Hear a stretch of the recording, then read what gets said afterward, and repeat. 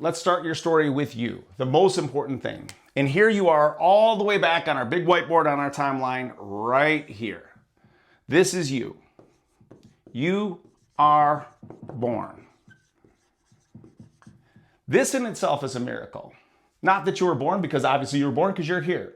But there's a miracle in the way you were born. Remember I said, I'm a biology teacher. And when I used to have to teach, meiosis and mitosis and how we grow and we develop, there was something that always blew my students away, which is this, is that you as a baby, we'll make you a baby here, little smile, little eyes, little bit of hair, giant head, small body, there you are. And as that baby, you are genetically completely unique, that there is no one in the universe that has ever been born like you. That this child right here is a unique combination of 23 chromosomes, half from your mom, half from your dad. But there's no way for those combinations to ever occur again. Not just mathematically, people would say, well, mathematically you could get that again. But because there's crossing over and because there's mitochondrial DNA, mathematically, it's actually impossible. Your parents could have 1 trillion kids, God bless them. But the truth of the matter is they could never produce another of you. So when we look at the genetic you, the you that exists, you must know that you are 100% completely unique genetically. And that's a powerful idea that in all of humanity, if we took every single person that was ever born, there's never been a single person who's been born like you. And if we knew and we could predict and draw a line out to the rest of humanity, never again in the history or in the future history of people will there never be another you again. And so we look at this and be like, that's a pretty powerful stat. But there's another stat you have to realize.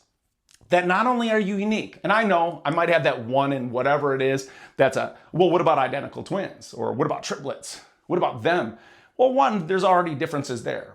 But if you've ever met a twin, which I have when you're a teacher, they will always tell you one thing right away. Who was born first or who was born second?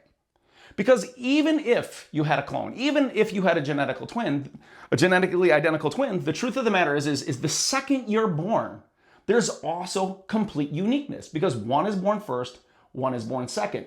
And that makes a difference. Why? Because it is a difference. And if we look at your whole timeline of life, if we take you all the way along and we take you all the way to where you are today, here, this is a completely unique timeline to you. So if we go all the way back to that birth, in that moment that you pop out your mama right here, what's fascinating is in that moment, July 17th, 1971, about 7:20 in the morning in Madison Heights, Michigan, this little chubber was popped out. That was my time. That was my place. That's where I was born. And so there we are, right out in the world. Some of you were born in Texas. Some of you were born overseas. But the fact of the matter is you were born to your unique parents, you were born to your unique DNA, and you were born to your unique time in place. And we have to look at that and understand that that is unique because there will never be a you as a being ever again or ever before. And there's never anyone or ever will be anyone who lives your story. So when we begin to tell your story, I have this impossible problem because right about now, I'm going to explain how you've gotten here from birth, even though how is it possible that I know your whole story?